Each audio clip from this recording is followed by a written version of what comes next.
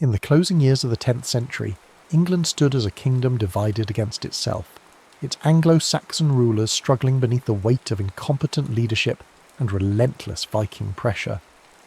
The realm that had once been unified under the great Alfred and his successors now trembled under the rule of Ethelred, a king whose epithet the Unready would echo through history as a testament to royal failure. This monarch, whose reign began in 978, had inherited a crown heavy with the expectations of his predecessors, yet he would prove utterly incapable of meeting the challenges that faced his fractured kingdom. The England of Ethelred's time was a nation perpetually under siege, not merely from external enemies but from its own internal contradictions. The king's response to Viking raids had become increasingly desperate and short-sighted, culminating in the implementation of the Danegeld, a tribute system that saw English silver flow across the North Sea into Danish coffers. This policy, though perhaps intended as a temporary measure to buy peace, had the opposite effect, advertising England's wealth while simultaneously demonstrating its weakness.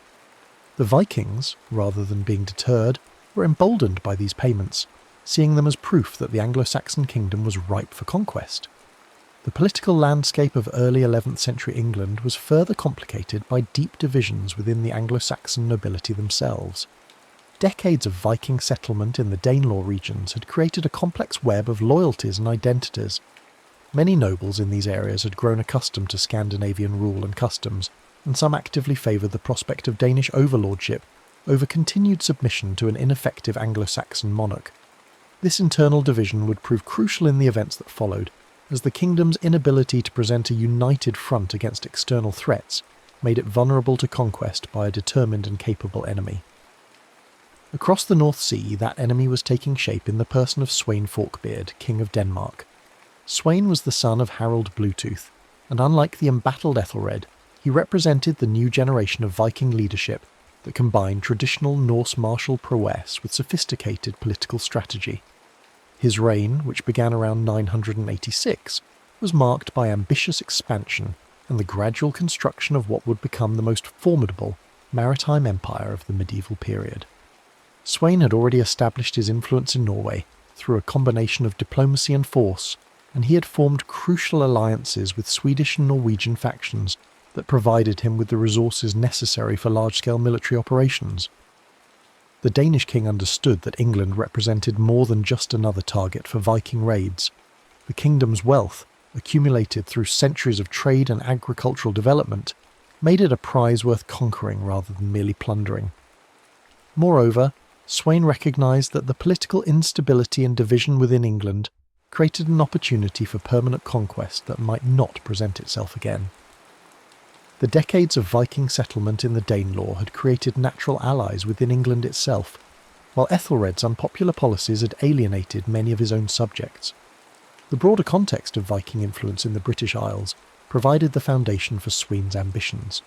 For generations, Scandinavian settlers had established themselves throughout northern and eastern England, creating a complex cultural landscape where Norse and Anglo-Saxon traditions had blended and evolved.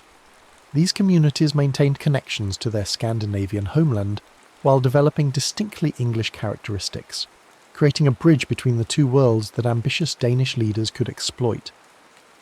The success of earlier Viking raids and the establishment of trading networks had demonstrated that England was both accessible and profitable, while the kingdom's internal divisions suggested that resistance might be overcome through careful planning and execution. When Sweyn finally launched his invasion in 1013, he did so with the accumulated experience of decades of Viking warfare and the resources of a unified Danish kingdom behind him. His forces were drawn not only from Denmark, but also from Norway and even Scotland, representing a truly international coalition of Scandinavian power. The invasion fleet utilised the sophisticated naval technology that had made Viking expansion possible, employing fast-moving ships capable of both sea and river navigation to penetrate deep into English territory with devastating speed and efficiency. The Danish strategy was as much political as it was military. Rather than simply attempting to conquer England through brute force, Sweyn and his advisors recognised the importance of winning local support and exploiting existing divisions within the Anglo-Saxon kingdom. They coordinated their military operations with discontented English nobles, particularly in the Danelaw regions where Danish rule might be seen as a return to familiar governance rather than foreign conquest. This political dimension of the invasion proved crucial to its rapid success, as many English territories submitted without resistance when faced with the choice between fighting a hopeless battle or accepting what appeared to be inevitable Danish victory. The campaign's progression revealed the extent to which English resistance had been weakened by years of internal division and poor leadership. Northumbria and the Danelaw region submitted early to Sweyn's forces, their populations apparently viewing the Danish conquest as preferable to continued rule under Ethelred. Mercia followed suit, and when the Danish forces reached London, the kingdom's most important commercial centre, the writing was on the wall for Anglo-Saxon resistance. The siege and eventual submission of London marked the decisive turning point in the campaign, as control of this crucial city gave Sweyn effective dominance over England's political and economic life. Faced with the collapse of organised resistance and the submission of his most important cities, King Ethelred made the decision that would define his legacy. Rather than attempting to continue the fight from a position of weakness, he fled to Normandy in late 1013, effectively abandoning his throne and his kingdom to the Danish conqueror. This flight represented more than just personal cowardice. It was the final admission that the Anglo-Saxon system of governance had failed to meet the challenges of the age. Ethelred's exile left England without legitimate native leadership and created a power vacuum that Sweyn was quick to fill. On December 25, 1013, Sweyn Forkbeard was formally recognised as King of England by most of the English nobility. This Christmas coronation was rich with symbolism, marking not just a change of dynasty, but the apparent end of Anglo-Saxon independence. The date chosen for this recognition emphasised the religious dimension of medieval kingship, while also demonstrating Sweyn's understanding of English customs and expectations. However, despite this formal recognition, the consolidation of Danish control over England was far from complete, and events would soon prove that the conquest was more fragile than it initially appeared. The sudden death of Sweyn Forkbeard at Gainsborough in February 1014 created a crisis that no one had anticipated. After such a rapid and seemingly decisive conquest, the death of the conqueror after barely 2 months of rule threw the entire political settlement into chaos.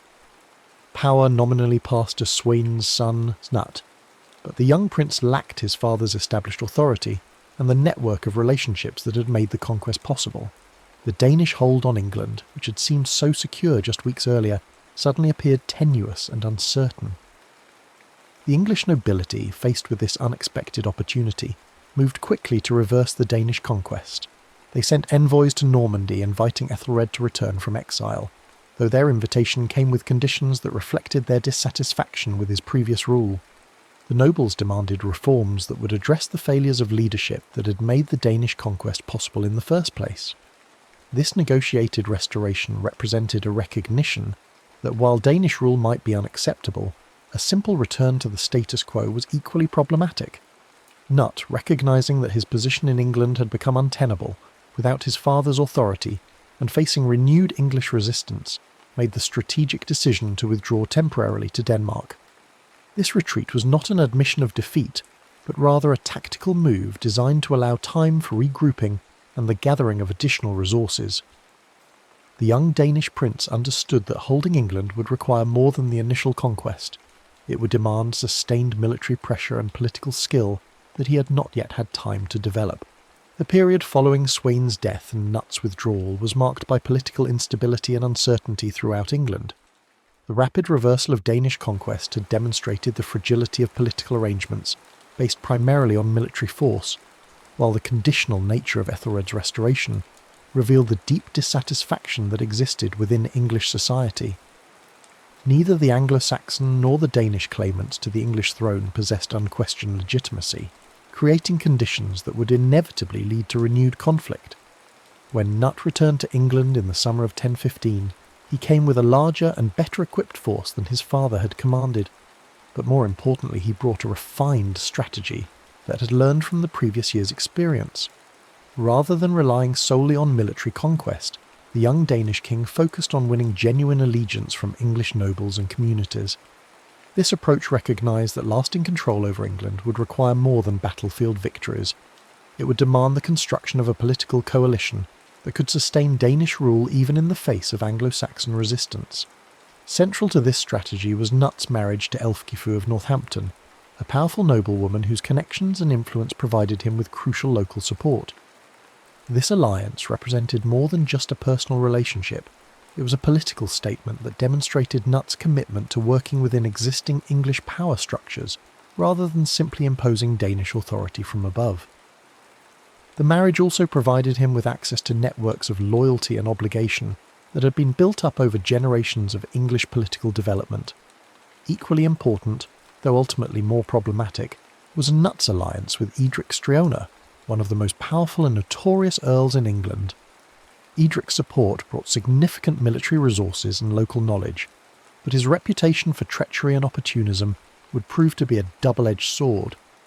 The Earl's willingness to switch sides based on perceived advantage rather than genuine loyalty would complicate Knut's efforts to establish stable governance, though in the short term his support proved valuable in the renewed campaign for English control. The England that Knut invaded in 1015 was now divided between competing claims to legitimacy, with the ageing Ethelred controlling some regions while Danish forces held others. This division created the conditions for a bitter civil war that would rage across the kingdom for more than a year. The conflict was characterised not only by military confrontations, but also by the complex web of betrayals and shifting allegiances that made medieval warfare particularly devastating for civilian populations.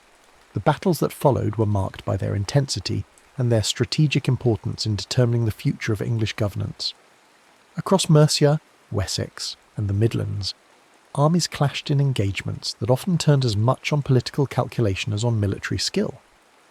The participation of English nobles on both sides of the conflict reflected the deep divisions within Anglo-Saxon society, and the extent to which traditional loyalties had been disrupted by decades of external pressure and internal failure.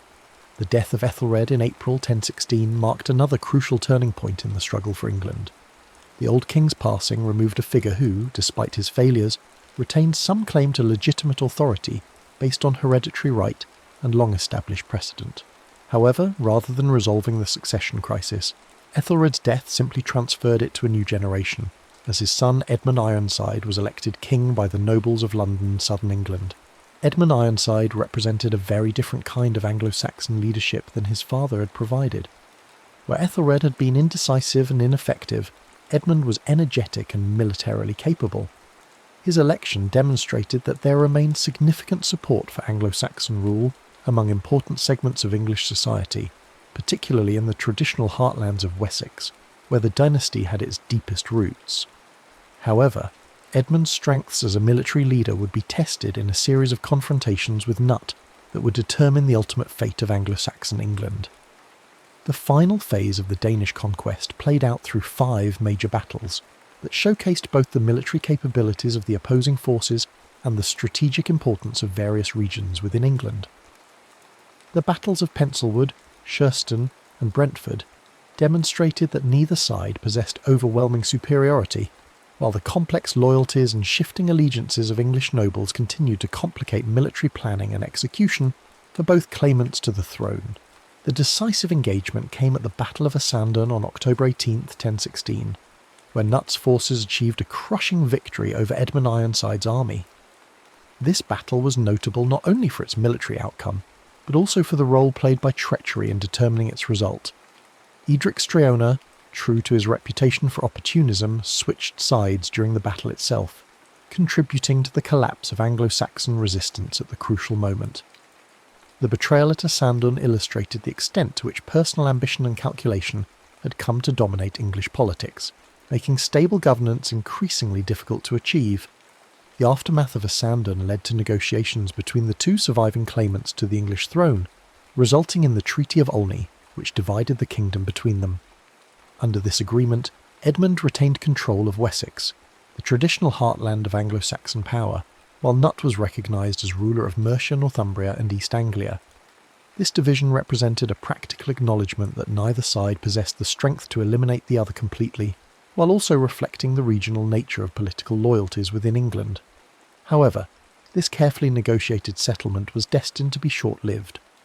On November 30th, 1016, just weeks after the signing of the treaty, Edmund Ironside died under circumstances that remain mysterious to this day. Whether his death was natural or the result of assassination, It removed the last significant obstacle to complete Danish control over England. Edmund's death left Cnut as the sole claimant to royal authority, with both the military strength and political support necessary to make his claim effective. By the end of 1016, Cnut had been crowned King of all England, marking the successful completion of the Danish conquest that his father had begun 3 years earlier. However, the new king understood that military victory was only the beginning of the challenge he faced. Establishing stable and lasting rule over England would require the elimination of potential rivals, the cultivation of loyalty among the English nobility, and the creation of governmental systems that could effectively administer a kingdom that remained deeply divided by recent conflicts. Cnut's approach to consolidating his power revealed considerable political sophistication. Rather than simply ruling as a foreign conqueror, he sought to legitimize his authority through marriage to Emma of Normandy, the widow of his predecessor Ethelred. This marriage served multiple purposes. It provided a connection to the previous Anglo-Saxon dynasty. It created ties with the powerful Norman court, and it demonstrated Cnut's commitment to ruling as an English king rather than merely as a Danish overlord. The administrative system that Cnut established blended Anglo-Saxon and Norse traditions in ways that reflected the complex cultural landscape of early 11th century England. Rather than imposing Danish governmental structures wholesale, the new king worked to adapt existing English institutions to serve his purposes, while incorporating Scandinavian practices where they offered advantages.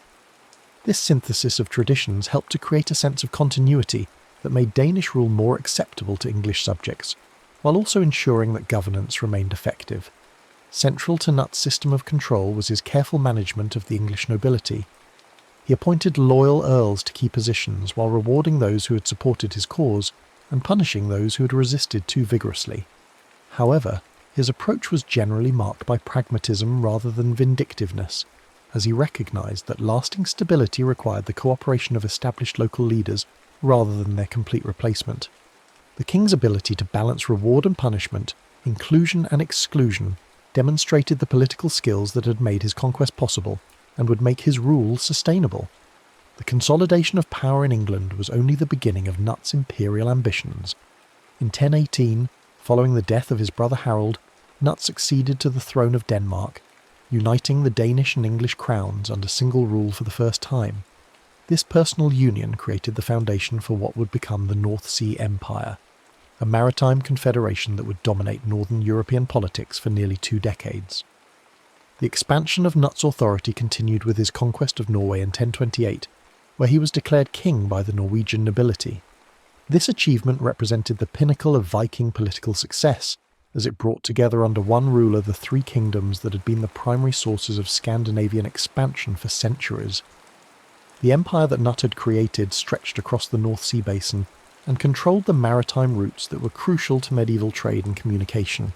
Beyond his direct rule over England, Denmark and Norway, Cnut also maintained varying degrees of overlordship over parts of Scotland, Wales and Ireland.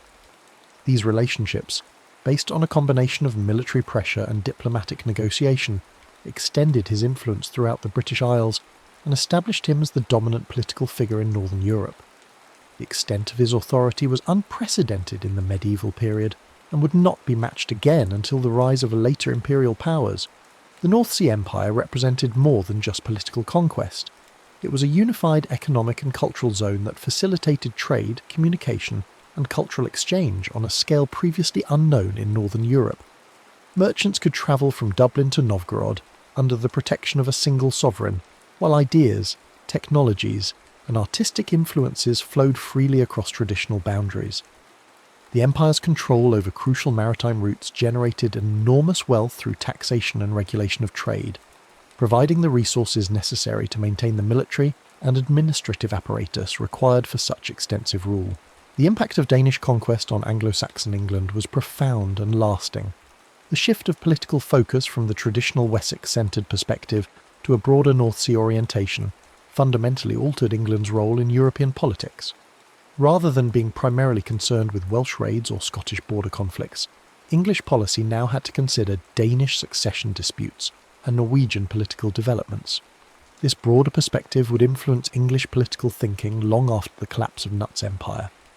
The administrative innovations introduced during Cnut's reign strengthened royal bureaucracy and improved the effectiveness of governance in ways that would benefit his successors. The development of more sophisticated coinage systems, improved taxation methods, and enhanced legal procedures created governmental capabilities that had not existed under previous Anglo-Saxon rulers. These improvements demonstrated how foreign conquest could sometimes bring administrative benefits even as it displaced traditional authorities. Perhaps most significantly for the long-term development of English history, Cnut's marriage to Emma of Normandy created connections that would prove crucial to future political developments.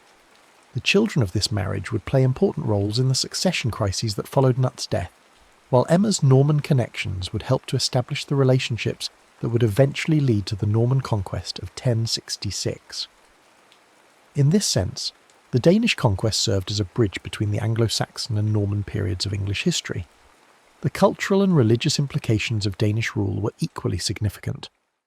The continued Christianization of Scandinavia, accelerated by the close connection between Danish and English churches, helped to integrate the Viking world more fully into European Christian civilization.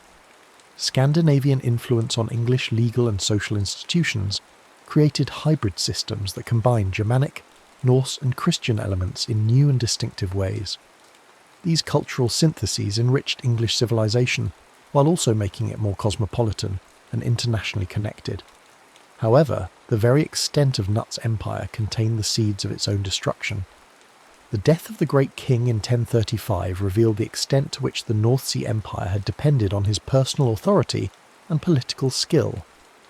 Without a single figure capable of maintaining the complex web of relationships and obligations that held the empire together, the Confederation began to fragment almost immediately after Cnut's passing.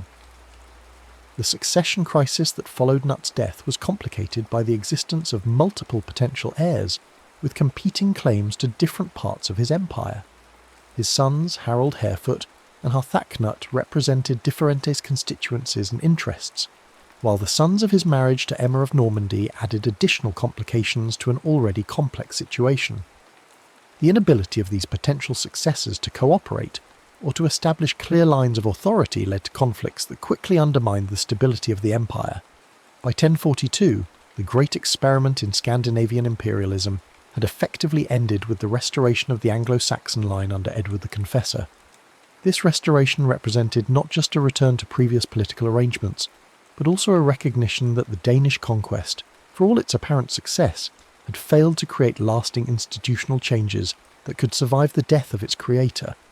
The North Sea Empire, which had seemed so formidable at its height, proved to be ultimately dependent on the exceptional abilities of a single ruler. The legacy of the Danish conquest of England extends far beyond the relatively brief period of actual Danish rule. The demonstration that England could be successfully invaded and conquered by a determined foreign power provided a template that would be followed by later conquerors, most notably William of Normandy in 1066. The political and administrative innovations introduced during Cnut's reign influenced English governmental development for centuries, while the cultural exchanges facilitated by the North Sea Empire enriched English civilization in ways that persisted long after the empire's collapse. The story of Sweyn Forkbeard and Cnut's conquest of England also illustrates the complex relationship between military success and political stability in the medieval period. While both father and son demonstrated exceptional military and political skills, their achievements ultimately depended on personal authority rather than institutional strength. The rapid collapse of their empire after Cnut's death revealed the limitations of conquest-based political systems and highlighted the importance of legitimate succession mechanisms in maintaining stable governance. The Danish conquest of England stands as one of the most remarkable political achievements of the medieval period, representing the successful integration of England into a broader Scandinavian world that stretched across northern Europe. For nearly 3 decades, from Sweyn's initial invasion in 1013 to the restoration of Anglo-Saxon rule in 1042, England was part of a maritime empire that controlled the North Sea and influenced political developments from Ireland to the Baltic. The ultimate failure of this empire to establish permanent institutions should not obscure the magnitude of its temporary success or its lasting influence on English political and cultural development. The conquest also demonstrates the importance of political division and weak leadership in creating opportunities for foreign intervention. Ethelred's failures as a ruler created the conditions that made Danish conquest possible, while the divisions within Anglo-Saxon society provided the Danish conquerors with crucial allies and supporters.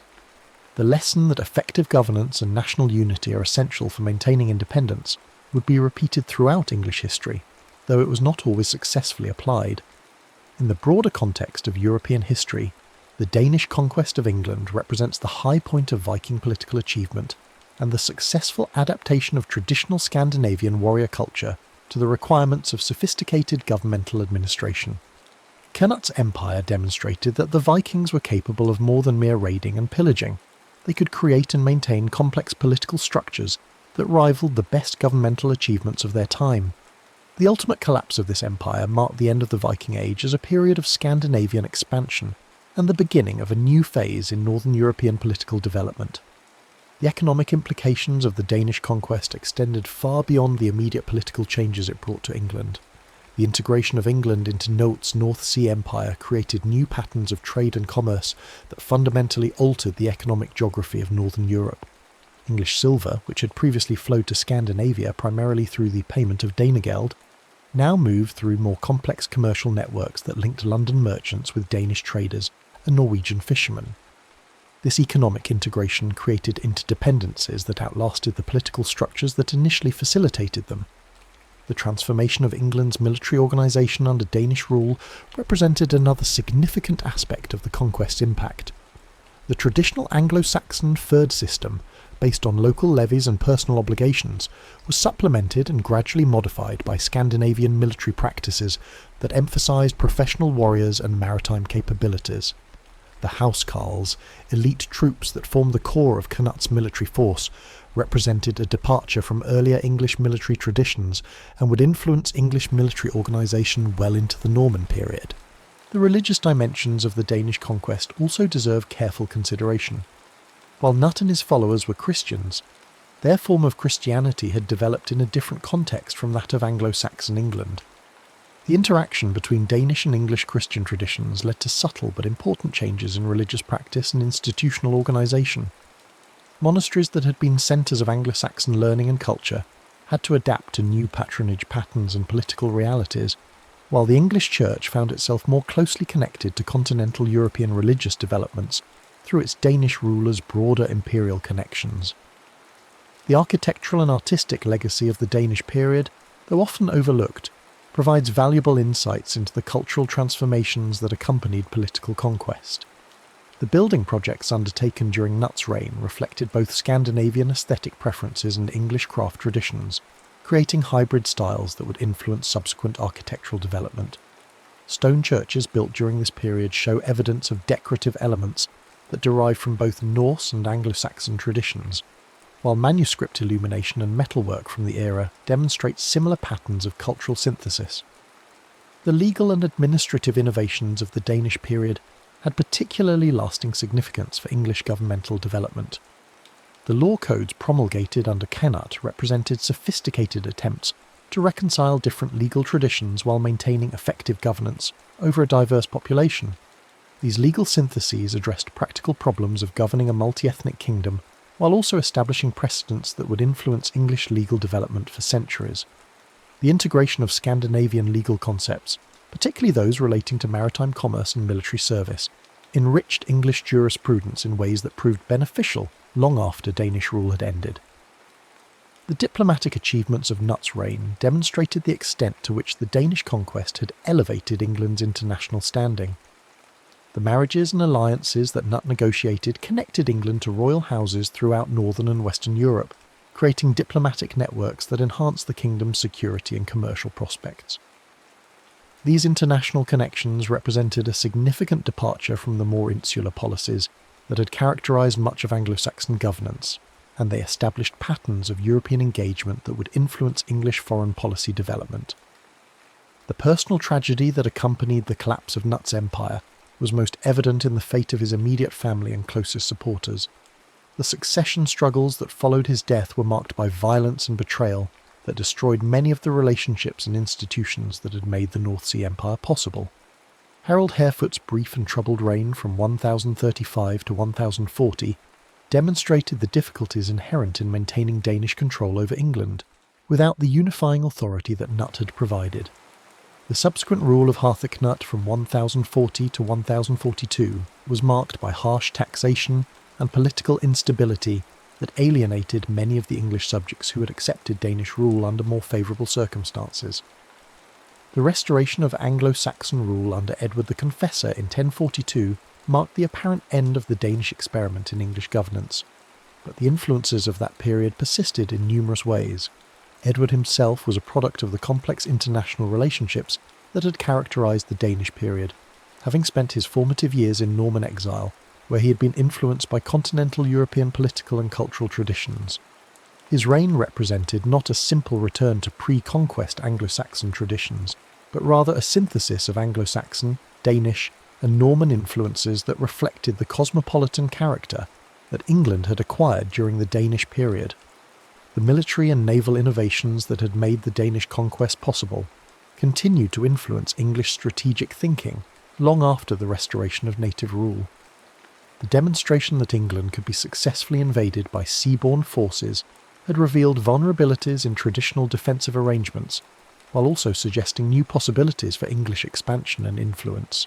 The naval technologies and techniques that the Danes had brought to England were absorbed into English military practice, contributing to the development of English naval capabilities that would prove crucial in later conflicts. The commercial networks that had been established during the Danish period proved remarkably durable, continuing to function even as political control shifted back to Anglo-Saxon hands. English merchants who had developed trading relationships with Scandinavian partners maintained those connections, while the administrative and legal frameworks that had facilitated commerce during Knut's reign continued to influence English commercial development. These economic continuities helped to ensure that the benefits of international integration were not entirely lost with the collapse of the political structures that had originally created them. The intellectual and cultural exchanges that had been facilitated by the Danish conquest also left lasting marks on English civilization. Scholars and clerics who had moved between England and other parts of Knut's empire brought new ideas and perspectives that enriched English intellectual life. Manuscript traditions, artistic techniques, and scholarly practices that had been developed during the period of Danish rule continued to influence English cultural development well into the later medieval period. The demographic changes that had occurred during the Danish period were equally significant for England's long-term development. The immigration of Danish settlers and administrators had altered the ethnic composition of certain regions, particularly in areas where Scandinavian influence had been strongest. These new populations brought different customs, languages, and economic practices that added to the complexity of English society, while also contributing to its vitality and adaptability. The technological innovations that had been introduced or promoted during the Danish period also had lasting impact on English development. Improvements in shipbuilding, metallurgy, and agricultural techniques that had been brought from Scandinavia or developed through the interaction of different traditions continued to benefit English society, long after the political circumstances that had originally facilitated their introduction had changed. The historiographical significance of the Danish conquest has continued to evolve as scholars have gained new perspectives on the period and its significance. Early accounts, often written from Anglo-Saxon perspectives, tended to emphasise the destructive aspects of the conquest, while minimising its constructive contributions to English development. More recent scholarship has recognised the complexity of the period and the extent to which the Danish conquest represented a successful, if temporary, example of medieval imperial organisation. The parallels between the Danish conquest and later foreign conquests of England, particularly the Norman conquest of 1066, have provided valuable insights into the dynamics of medieval conquest and rule. The comparison reveals both the possibilities and limitations of conquest-based governance, while also highlighting the importance of institutional development and legitimacy in maintaining stable rule over diverse populations. The relative success of the Norman conquest in establishing lasting institutions contrasts with the Danish failure to create enduring governmental structures, suggesting important lessons about the requirements for successful imperial governance. The archaeological evidence from the Danish period continues to provide new insights into the character and impact of Scandinavian rule in England. Excavations at sites throughout the country have revealed material evidence of the cultural exchanges and economic changes that accompanied the conquest. while also documenting the ways in which local populations adapted to new political and cultural circumstances. This physical evidence complements and sometimes challenges the documentary sources, providing a more complete picture of this crucial period in English history. The linguistic legacy of the Danish conquest remains evident in modern English, where numerous words of Scandinavian origin testify to the depth of cultural interaction that occurred during this period. The influence of Old Norse on English vocabulary, grammar, and pronunciation reflects not merely temporary political dominance, but genuine cultural synthesis that occurred at all levels of society. This linguistic evidence suggests that the Danish conquest had impacts that extended far beyond the political and military spheres to encompass fundamental aspects of English cultural identity. The ultimate assessment of the Danish conquest of England must acknowledge both its remarkable achievements and its ultimate limitations. For nearly 3 decades, Scandinavian rulers successfully governed England as part of a broader imperial system that demonstrated unprecedented sophistication and scope. The administrative, military, and diplomatic innovations of this period contributed significantly to English development, while also establishing England as a major power in Northern European politics. However, the failure to create lasting institutional foundations meant that these achievements proved ephemeral, unable to survive the death of the extraordinary ruler who had made them possible. The story of the Danish conquest thus serves as both an inspiration and a cautionary tale about the possibilities and limitations of medieval political organisation. It demonstrates the potential for creative synthesis between different cultures and traditions, while also revealing the difficulties inherent in maintaining complex political structures across diverse populations and territories. The legacy of this remarkable period continues to influence our understanding of medieval history and the development of English civilization, reminding us that the past is often more complex and sophisticated than simple narratives of national development might suggest. The morning sun cast long shadows across the dusty plains of southeastern Italy as 2 massive armies prepared for what would become one of history's most decisive battles. The year was 216 BCE, and the Second Punic War had already raged for 2 brutal years, transforming the Western Mediterranean into a theatre of unprecedented destruction and ambition. On one side stood Rome, the rising power whose legions had conquered most of Italy through disciplined warfare and relentless expansion. On the other stood Carthage, the ancient maritime empire whose very existence now hung in the balance, represented by a polyglot army led by one of history's most brilliant military minds. The conflict had begun 2 years earlier when Hannibal Barca, the young Carthaginian general, had done the unthinkable. Rather than accept Rome's growing dominance or fight a conventional naval war in the Mediterranean, he had chosen to strike at the heart of Roman power by launching an audacious overland invasion of Italy itself. The journey had been legendary in its scope and suffering. Hannibal had marched his diverse army of Africans, Spaniards, and Gauls through the treacherous passes of the Alps, losing nearly half his men to cold, starvation, and the fierce resistance of mountain tribes. Yet what remained was a hardened, veteran force that had already proven its mettle against Roman armies. The shock of Hannibal's appearance in northern Italy had reverberated through Rome like an earthquake. For centuries the Romans had fought their wars on foreign soil, pushing their boundaries ever outward while their homeland remained secure behind the natural barriers of sea and mountain. Now, suddenly enemy forces were ravaging the fertile plains of the Po Valley, and Roman citizens were fleeing their farms as Carthaginian cavalry thundered across fields their families had tilled for generations. The first encounters had gone disastrously for Rome. At the Trebia River in 218 BCE, Hannibal had demonstrated his tactical genius by drawing a Roman army into a carefully prepared ambush.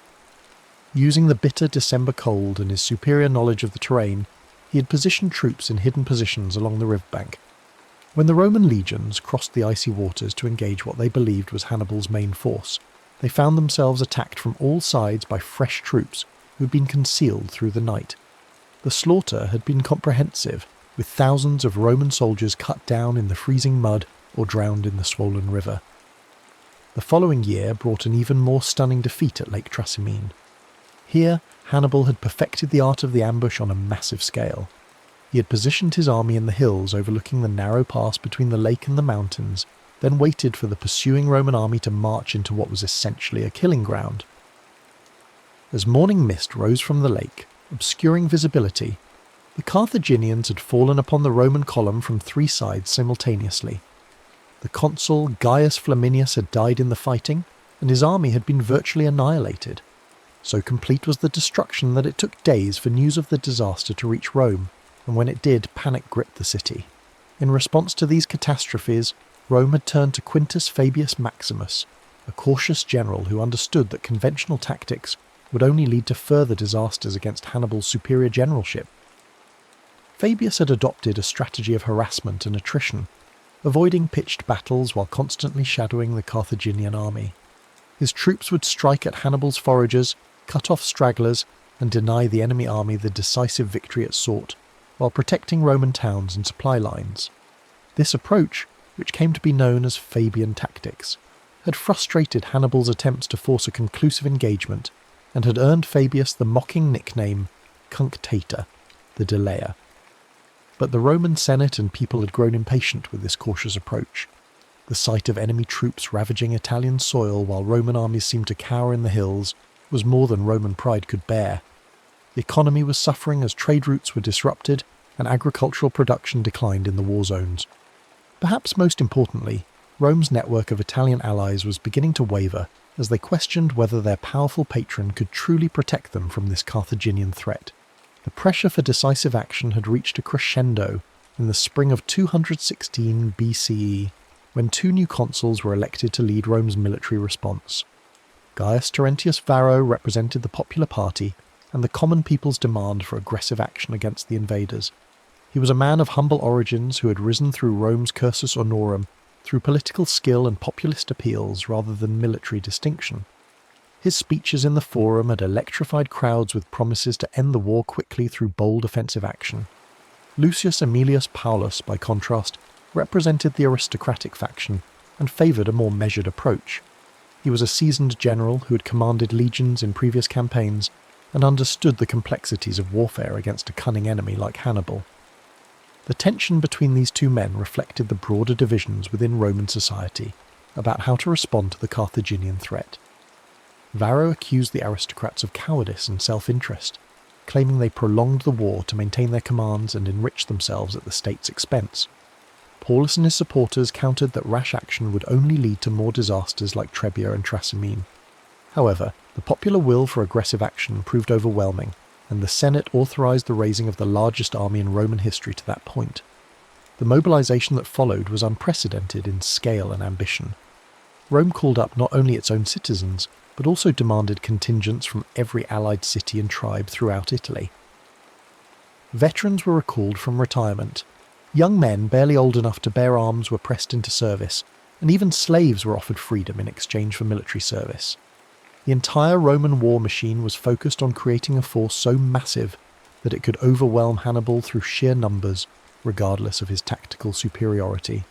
When the levies were complete, Rome had assembled an army of approximately 80 to 90,000 men, divided into 8 legions plus an equal number of allied troops. This represented nearly 10% of Rome's entire military-age male population, a commitment that demonstrated both the state's desperation and its confidence in numerical superiority. The logistics of supplying and moving such a massive force was staggering, requiring thousands of pack animals, hundreds of supply wagons, and a complex network of depots and supply lines stretching back to Rome itself. Meanwhile, Hannibal's army had been reduced by 2 years of continuous campaigning to perhaps 40 to 50,000 effective fighters. However, what these men lacked in numbers they more than compensated for in experience and diversity. The core of his infantry consisted of Libyan troops, veterans of campaigns in Spain and Africa, who fought with captured Roman equipment and had adopted many Roman tactical innovations while retaining their own traditions of individual combat skill. These were supplemented by Gallic warriors from tribes in both Spain and northern Italy, fierce fighters who brought their own weapons and fighting styles to the Carthaginian cause. Spanish infantry provided another crucial element, disciplined troops armed with their distinctive falcata swords and experienced in both individual and formation combat. But perhaps Hannibal's greatest advantage lay in his cavalry, which was both more numerous and far superior in quality to anything the Romans could field. Numidian light cavalry from North Africa were legendary throughout the Mediterranean for their skill as horse archers and their ability to harass enemy formations while remaining virtually uncatchable in open terrain. These riders, who fought without saddles or bridles and controlled their mounts through knee pressure alone, could appear suddenly from clouds of dust, rain javelins and arrows on enemy formations, and disappear again before retaliation was possible. Heavy cavalry from Spain and Gaul provided the shock troops necessary for decisive charges, while their superior numbers meant that Hannibal could use mounted forces not just for reconnaissance and harassment, but as a genuine tactical arm capable of deciding battles. The diversity of Hannibal's army was both a strength and a challenge. Managing troops who spoke different languages, fought with different weapons, and came from cultures with vastly different military traditions required exceptional leadership and organisational skill. Yet this diversity also provided tactical flexibility that no homogeneous army could match. Hannibal could adapt his battle plans to take advantage of each unit's particular strengths, while compensating for their weaknesses through the complementary abilities of other contingents. As summer approached, both armies began manoeuvring through the heat-baked landscape of southeastern Italy, each seeking to force battle under favourable conditions. Hannibal had established a base near the town of Cannae, a Roman supply depot that controlled access to the rich agricultural regions of Apulia. The position was strategically crucial because it threatened Rome's grain supplies from the south, while providing Hannibal's army with access to the resources they needed to continue the campaign. More importantly, from a tactical perspective, the terrain around Cannae offered the open plains that would allow his superior cavalry to operate most effectively. The landscape around Cannae was dominated by gently rolling hills that descended toward the Aufidus River, known today as the Ofanto. The river valley provided relatively flat ground ideal for large-scale manoeuvres, while the surrounding elevations offered observation posts and potential positions for reserves. The summer heat was already intense, and dust clouds raised by marching armies could be seen for miles across the sun-scorched terrain. Local winds typically blew from the southeast, carrying dust and reducing visibility for anyone facing that direction, a factor that Hannibal would carefully consider in his battle planning. When the Roman army finally approached Cannae in early August, both sides understood that the moment of decision had arrived. The Romans could not allow Hannibal to continue threatening their supply lines and recruiting allies from among the Italian tribes, while Hannibal knew that his strategic position would become untenable if he could not force a decisive victory soon. Carthaginian reinforcements remained trapped in Spain by Roman naval power, and his army's numerical inferiority meant that a prolonged campaign of attrition would inevitably favour Rome. The night before the battle, both camps were alive with activity as commanders made their final preparations. In the Roman camp, Varro and Paulus held council with their subordinate officers, reviewing battle plans and attempting to coordinate the movements of their massive army. The size of their force created both opportunities and challenges. While their numbers were overwhelming, the complexity of managing so many troops in battle had never been attempted before. Roman military doctrine emphasized the disciplined advance of heavy infantry in close formation, an approach that had proven successful against most enemies, but had already failed disastrously against Hannibal's more flexible tactics. Across the plain, Hannibal was putting the finishing touches on one of history's most audacious battle plans. Rather than simply arranging his troops in the strongest possible defensive formation, he was preparing to deliberately weaken his centre while strengthening his flanks, creating a formation that would appear vulnerable to Roman attack, while actually serving as bait for an elaborate trap. The plan required precise timing, exceptional discipline from his troops, and the kind of battlefield control that few generals in history have ever achieved. As dawn broke on August 2nd, 216 BCE, both armies began their deployment across the dusty plains. The morning sun climbed higher in a cloudless sky, promising another day of punishing heat that would test the endurance of heavily armoured men engaged in desperate combat. A hot wind blew from the southeast, stirring up clouds of fine dust that would limit visibility and add to the confusion once battle was joined. Hannibal positioned his army with careful attention to both the terrain and the prevailing wind conditions. His weakest troops, Gallic and Spanish infantry, were placed in the centre of his line, arranged in a convex formation that actually projected toward the enemy. This was contrary to every conventional military practice, as it invited attack against the army's most vulnerable point. However, Hannibal's intention was precisely to encourage such an attack drawing the Roman legions into what would become a deadly trap. On either side of this weak centre, Hannibal positioned his best infantry, veteran Libyan troops equipped with Roman weapons and armour captured in previous battles. These men were arranged in columns rather than extended lines, hidden behind the forward units and ready to wheel inward once the Romans had committed to their attack on the centre. On the extreme flanks, Hannibal deployed his cavalry forces, with Numidian light horse on the right wing and heavy cavalry commanded by his brother Hasdrubal on the left. The Roman deployment followed more conventional patterns, reflecting both their military traditions and their confidence in superior numbers. The massive infantry force was arranged in the traditional manipular system, with Hastati in front, Principes in the middle ranks, and Triarii veterans forming the rear line. However, the unprecedented size of the army meant that the usual spacing between maniples had to be reduced, creating a more dense and less flexible formation than normal. This compression would prove crucial as the battle developed, as it reduced the Romans' ability to respond to changing tactical situations.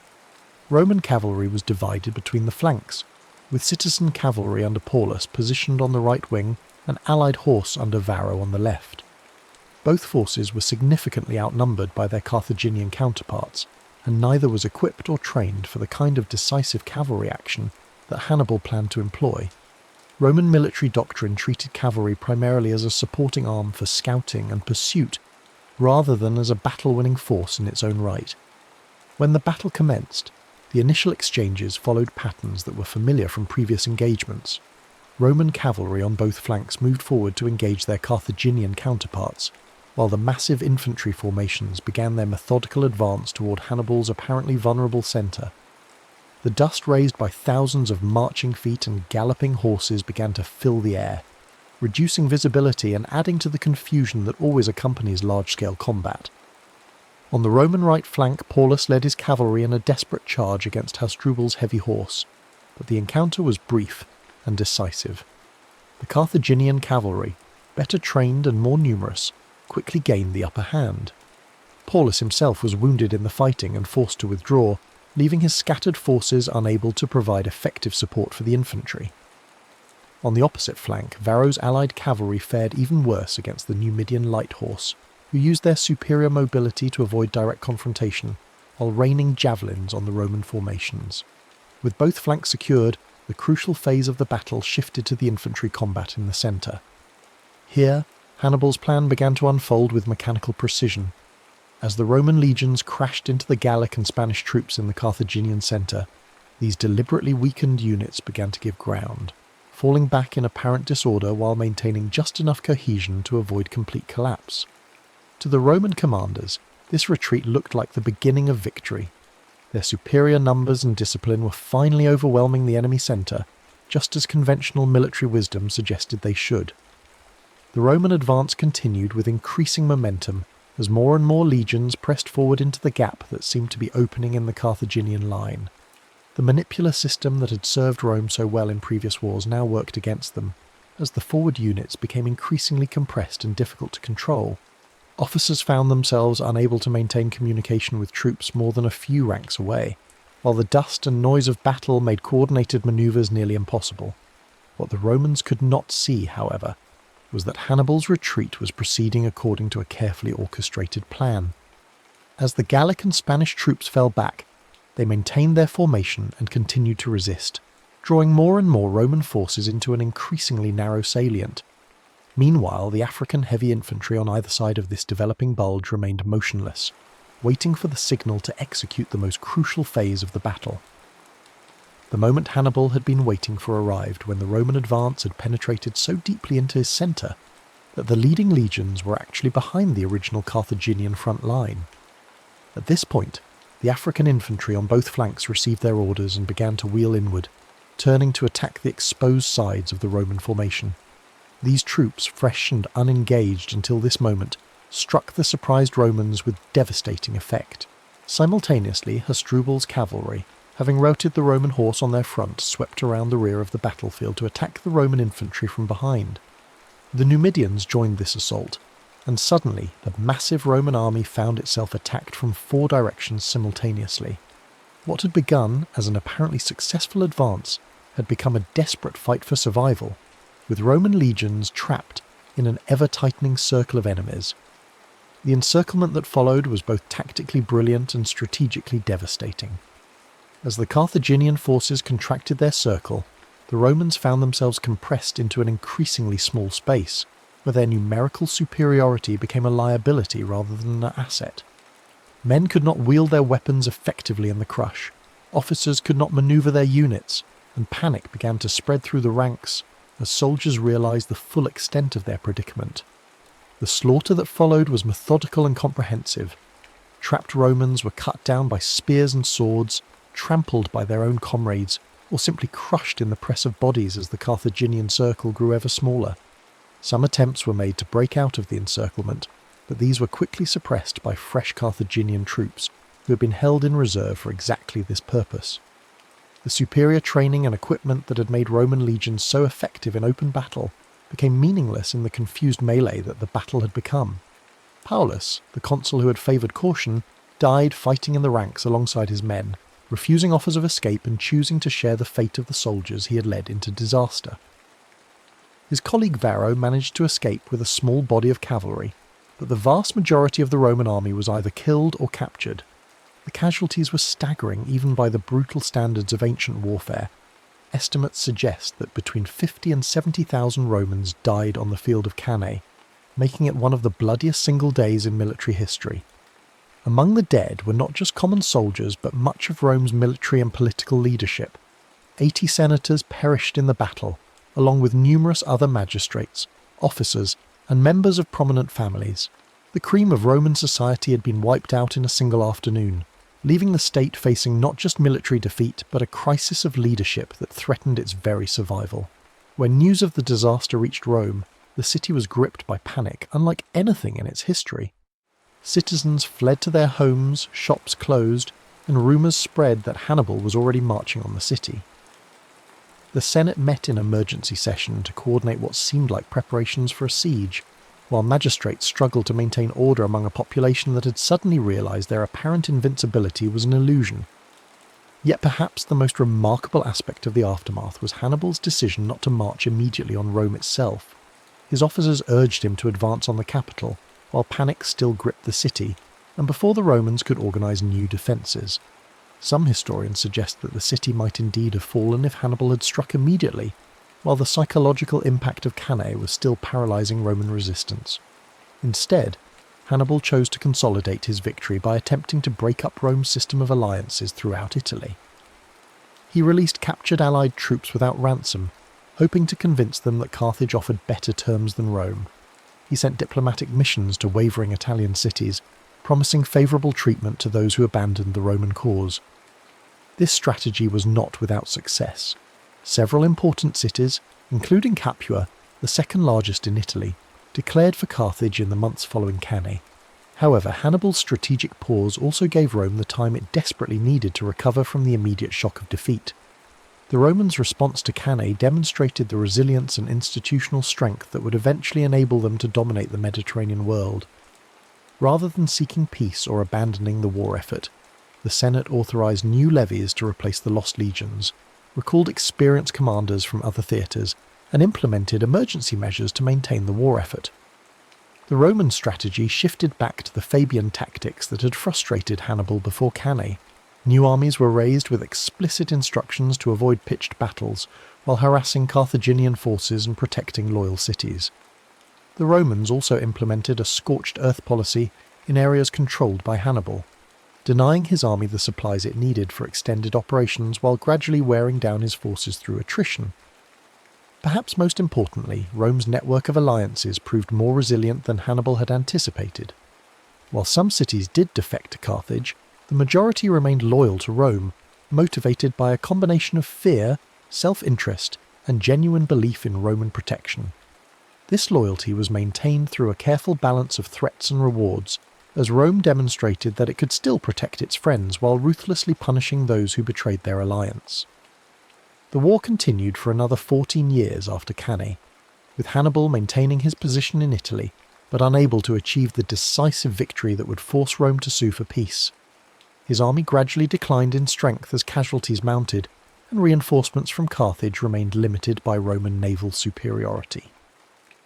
Meanwhile, Roman forces under Publius Cornelius Scipio opened a new front in Spain, eventually driving Carthaginian forces from their Iberian strongholds and threatening Carthage itself. The final resolution came at the Battle of Zama in 202 BCE, where Scipio used tactics derived from studying Hannibal's own methods to defeat the Carthaginian general on African soil.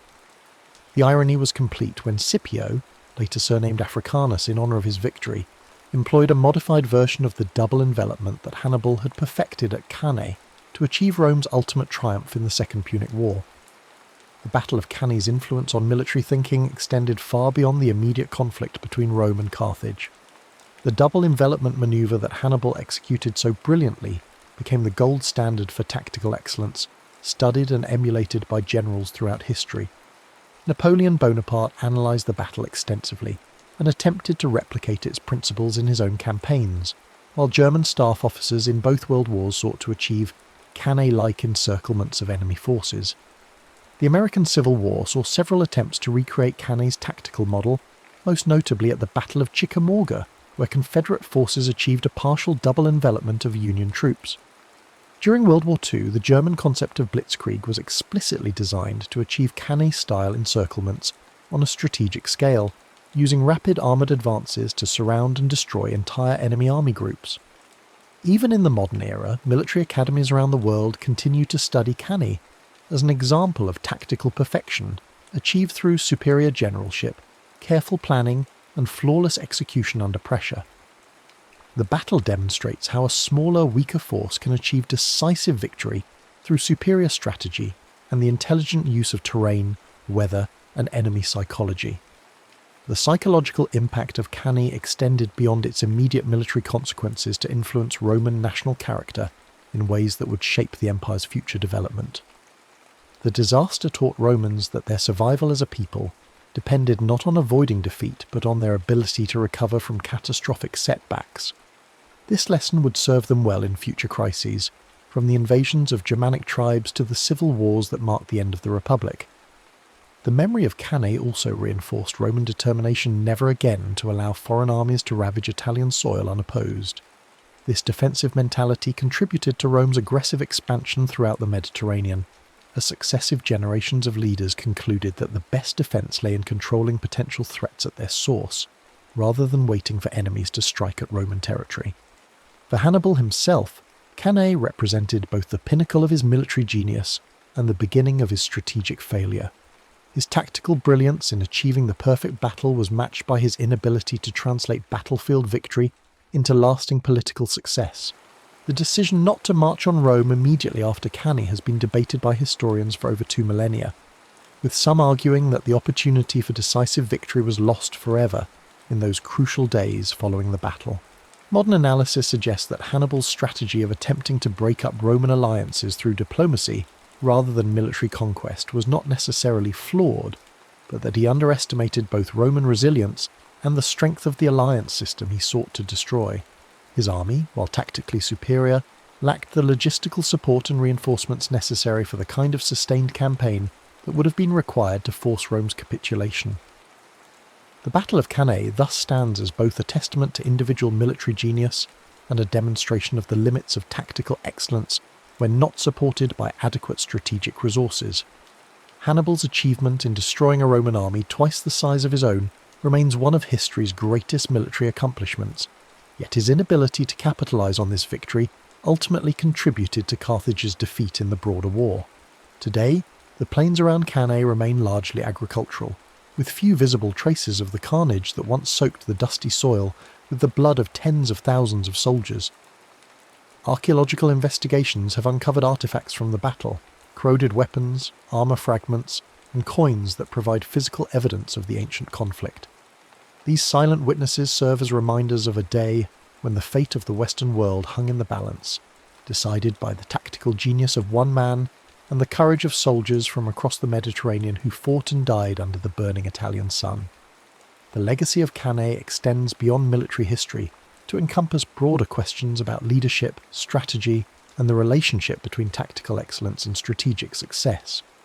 It reminds us that individual brilliance, while crucial, must be supported by adequate resources and long-term planning to achieve lasting results.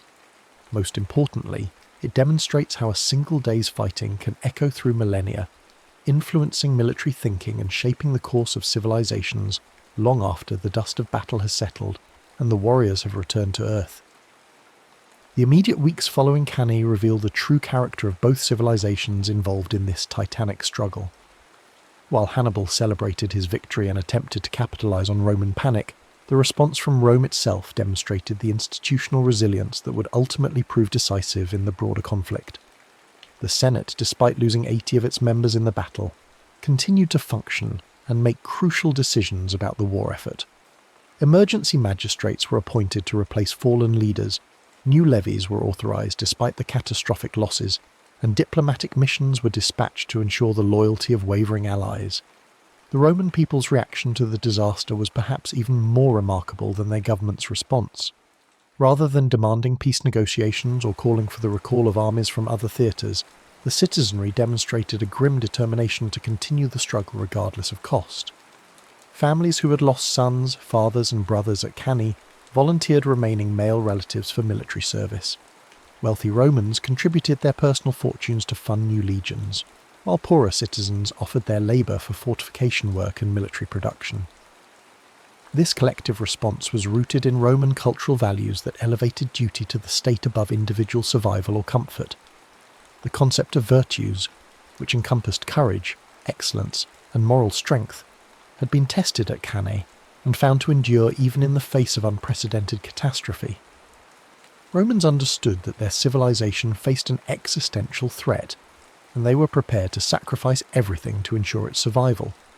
Hannibal, observing this Roman response from his camp in southern Italy, must have realized that his victory at Cannae, devastating as it was, had not achieved its primary strategic objective of forcing Rome to seek terms. Instead of breaking Roman will to resist, the battle seemed to have hardened their determination to continue the war until Carthage was completely defeated. The psychological warfare that had been so effective in previous campaigns was proving insufficient against an enemy whose cultural identity was built around the refusal to accept defeat. The diplomatic offensive that Hannibal launched in the aftermath of Cannae met with mixed results that highlighted the complex nature of Roman power in Italy. While some cities did abandon the Roman alliance, particularly in southern Italy where Carthaginian military presence offered immediate protection, the vast majority remained loyal despite the obvious military risks. This loyalty was based not merely on fear of Roman retaliation, but on genuine calculation of long-term interests and cultural affinity. Rome's alliance system differed fundamentally from the tributary relationships that characterized most ancient empires. Rather than simply extracting wealth and manpower from subject peoples, Rome offered a path to citizenship and full participation in Roman civilization. Italian allies understood that Roman defeat would not necessarily improve their situation, while Roman victory offered the possibility of advancement within an expanding imperial system. The defection of Capua, however, represented a significant strategic blow that demonstrated both the opportunities and limitations of Hannibal's diplomatic approach. As the second largest city in Italy and the centre of a rich agricultural region, Capua's adherence to the Carthaginian cause provided Hannibal with crucial logistical support and a prestigious symbol of Roman weakness. The city's leaders calculated that Carthaginian victory was inevitable and sought to position themselves advantageously in the post-war settlement. Yet Capua's defection also illustrated the fundamental problem with Hannibal's strategy. The city's decision was based on the assumption that Carthaginian military success would continue indefinitely, and that Rome lacked the resources to recover from defeats like Cannae. When these assumptions proved incorrect, Capua found itself isolated and vulnerable to Roman retaliation, ultimately suffering a brutal siege and harsh punishment that served as an object lesson to other potential defectors. The gradual shift in Roman strategy following Cannae demonstrated remarkable institutional learning and adaptability. The appointment of Marcus Claudius Marcellus as a key military commander marked the beginning of a more aggressive approach that combined Fabian harassment tactics with opportunistic strikes against isolated Carthaginian forces. Marcellus earned the nickname Sword of Rome for his willingness to engage Hannibal's army when circumstances offered reasonable chances of success. This evolving Roman approach was exemplified in the siege of Syracuse, where Marcellus demonstrated that Roman forces could still achieve decisive victories against sophisticated opponents. The lengthy siege showcased Roman engineering capabilities and logistical endurance, while the eventual capture of the city eliminated a potential source of support for Carthage in Sicily. The death of Archimedes during the siege, despite Roman orders to capture him alive, symbolised the tragic costs of the broader conflict. Meanwhile, the emergence of Publius Cornelius Scipio as a major Roman commander marked the beginning of a new phase in the war that would ultimately lead to Carthaginian defeat. Scipio's campaigns in Spain demonstrated that Roman military leadership was learning from earlier defeats and developing new tactical approaches specifically designed to counter Carthaginian advantages. His victory at the Battle of Ilipa showed that Roman generals could now match Hannibal's own tactical innovations, using flexible formations and coordinated attacks to defeat experienced Carthaginian armies. The psychological warfare that had been such a crucial element of Hannibal's early successes was gradually losing its effectiveness as Roman commanders gained experience fighting Carthaginian forces. The terror that had gripped Roman armies after Trebia and Trasimene was replaced by a more pragmatic understanding of Carthaginian strengths and weaknesses. Roman soldiers learned that Carthaginian troops, despite their tactical superiority, were mortal men who could be defeated through proper preparation and execution. Hannibal's position in Italy became increasingly precarious as the war dragged on without decisive results. His army, while still formidable, was slowly being worn down by constant campaigning and the inability to secure adequate reinforcements from Carthage. The diversity that had once been a source of tactical flexibility was becoming a liability as different ethnic contingents began to lose cohesion and fighting effectiveness. The arrival of Hasdrubal Barca with a second Carthaginian army offered the prospect of reinforcing Hannibal's position and potentially achieving the decisive victory that had eluded him since Cannae.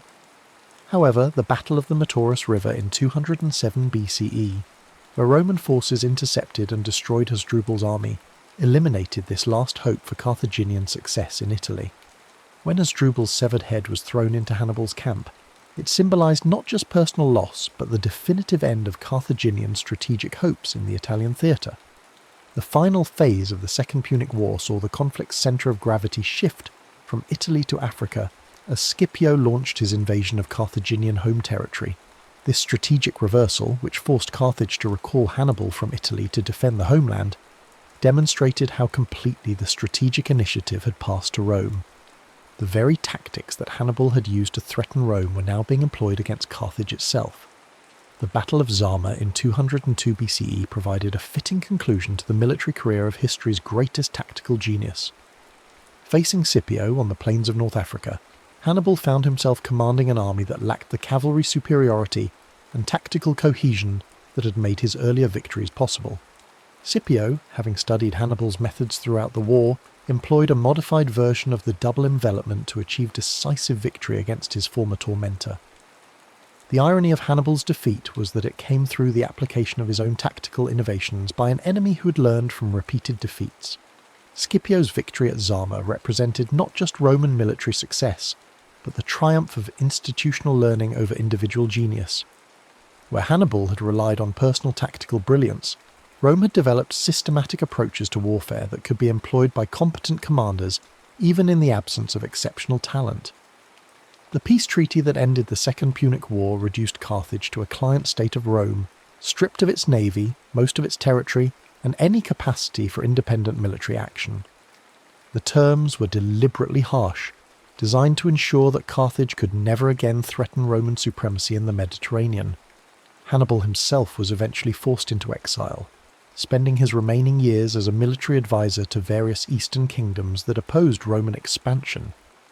The transformation of the Mediterranean world following Cannae and the Second Punic War established patterns that would dominate international relations for centuries.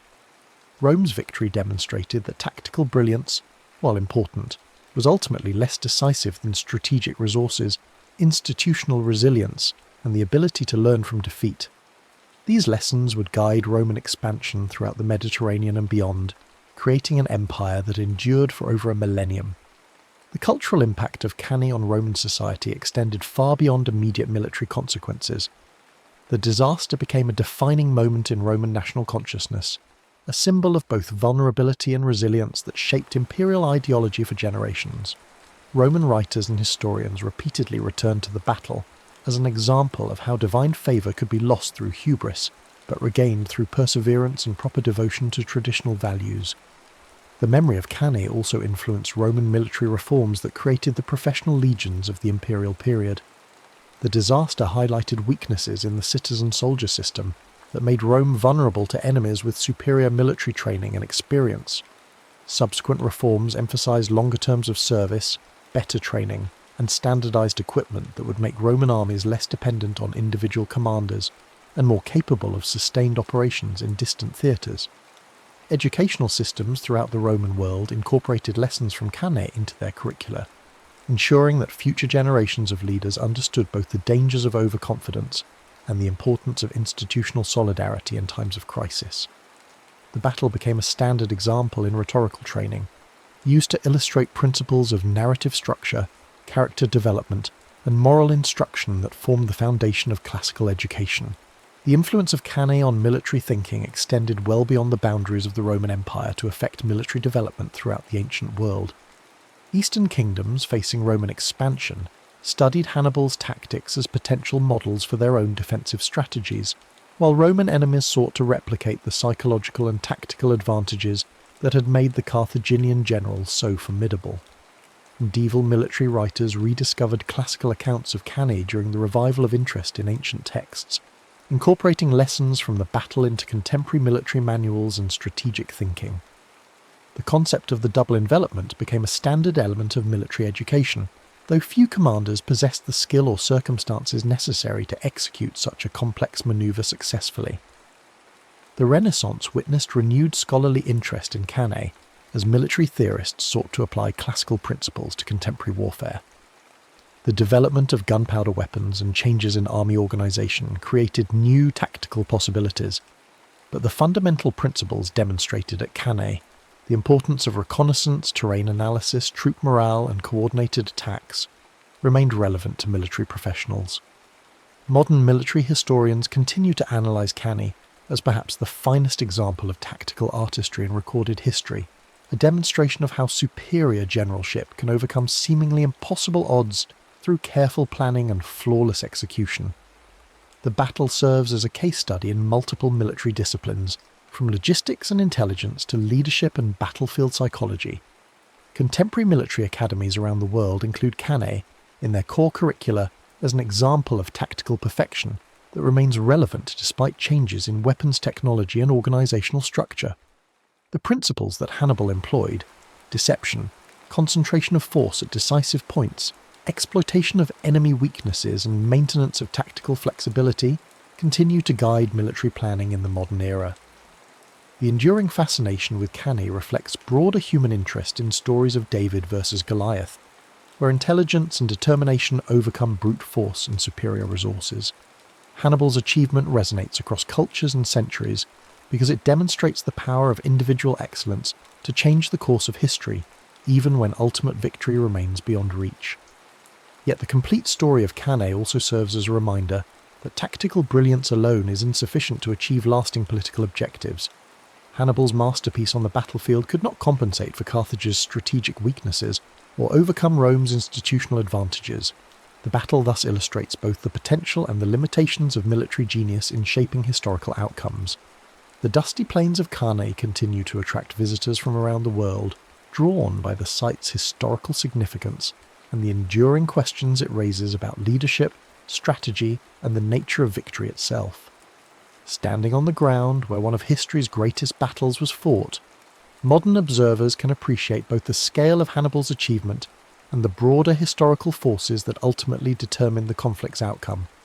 The silence of the ancient battlefield speaks eloquently of human ambition, sacrifice, and the eternal struggle between individual brilliance and collective endurance that defines the human experience across all ages and civilizations.